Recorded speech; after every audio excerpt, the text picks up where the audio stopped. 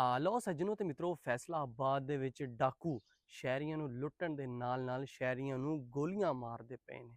ਲੇਕਿਨ ਸਾਡੀ ਪੰਜਾਬ ਦੀ ਪੁਲਿਸ, ਫੈਸਲਾਬਾਦ ਦੀ ਪੁਲਿਸ ਸਿਰਫ ਹੱਥ ਦੇ ਉੱਤੇ ਹੱਥ ਰੱਖ ਕੇ ਬੈਠੀ ਹੋਈ ਹੈ। ਅੱਜ ਦਾ ਜਨਾਬ ਜਿਹੜਾ ਵਾਕਿਆ ਹੈ, ਅੱਜ ਵੀ ਇੱਕ ਡਕੈਤੀ ਦੇ ਦੌਰਾਨ ਡਾਕੂਆਂ ਨੇ ਗੋਲੀ ਮਾਰ ਦਿੱਤੀ।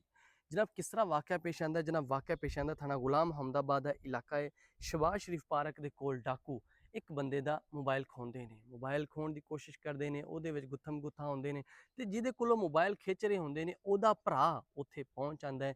ਜਦੋਂ ਉਹਦਾ ਭਰਾ ਉੱਥੇ ਆਂਦਾ ਹੈ ਤੇ ਜਨਾਬ ਡਾਕੂ ਉਹ ਜਿਹੜੇ ਉਹਦਾ ਭਰਾ ਆਂਦਾ ਉਹਨੂੰ ਗੋਲੀ ਮਾਰ ਦਿੰਦੇ ਨੇ। ਗੋਲੀ ਮਾਰ ਕੇ ਜਨਾਬ ਡਾਕੂ ਉੱਥੋਂ ਨੱਸ ਜਾਂਦੇ ਨੇ। ਉਸ ਤੋਂ ਬਾਅਦ ਖੈਰ ਪੁਲਿਸ ਆਂਦੀ ਹੈ, ਪੁਲਿਸ ਆ ਕੇ ਜਿਹੜੀ ਕਾਨੂੰਨੀ ਕਾਰਵਾਈ ਉਹ ਸ਼ੁਰੂ ਕਰ ਦਿੰਦੀ ਹੈ। ਲਿਖਤ ਪੜਤ ਹੋ ਜਾਂਦੀ ਹੈ, ਜਨਾਬ ਆ ਜੋ FIR ਦੇ ਦੇਣੇ, ਇਹ ਕਰਦੇ ਨੇ वो ਕਰਦੇ ਨੇ। ਲੇਕਿਨ ਅਫਸੋਸ ਵਾਲੀ ਗੱਲ ਹੈ, CPO ਫੈਸਲਾਬਾਦ ਸਾਹਿਬ, IG ਪੰਜਾਬ ਸਾਹਿਬ, ਫੈਸਲਾਬਾਦ ਦੇ ਵਿੱਚ ਆਏ ਰੋਜ਼ ਡਕੈਤੀਆਂ ਵਧੀ ਜਾ ਰਹੀਆਂ ਨੇ। ਡਾਕੂ ਲੋਕਾਂ ਨੂੰ ਲੁੱਟਣ ਦੇ ਨਾਲ ਡਾਕੂ ਲੋਕਾਂ ਨੂੰ ਗੋਲੀਆਂ ਮਾਰਦੇ ਪਏ ਨੇ। ਇਹਨਾਂ ਦਾ ਖੁਦਾ ਦਾ ਵਾਸਤਾ ਇਹਨਾਂ ਦਾ ਕੁਝ ਕੀਤਾ ਜਾਵੇ, ਡਾਕੂਆਂ ਨੂੰ ਖਤਮ ਕੀਤਾ ਜਾਵੇ ਤਾਂ ਕਿ ਜਿਹੜੇ ਫੈਸਲਾਬਾਦ ਦੇ ਸ਼ਹਿਰੀ ਆ ਆਪਣੇ ਆਪ ਨੂੰ ਮਹਿਫੂਜ਼ ਸਮਝਣ। ਇਸ ਤਰ੍ਹਾਂ ਘਰੋਂ ਫੈਮਿਲੀ ਬਾਹਰ ਨਿਕਲਦੀ ਹੈ, ਉਹਨਾਂ ਨੂੰ ਇਹ ਨਹੀਂ ਪਤਾ ਹੁੰਦਾ ਕਿ ਅਸੀਂ ਖੈਰ ਨਾਲ ਵਾਪਸ ਆਉਣਾ ਵੀ ਹੈ ਜਾਂ ਨਹੀਂ ਆਉਣਾ, ਡਾਕੂਆਂ ਨੇ ਸਾਨੂੰ ਲੁੱਟ ਲੈਣਾ ਜਾਂ ਸਾਨੂੰ ਡਾਕੂਆਂ ਨੇ ਗੋਲੀ ਮਾਰ ਦੇਣੀ ਆ।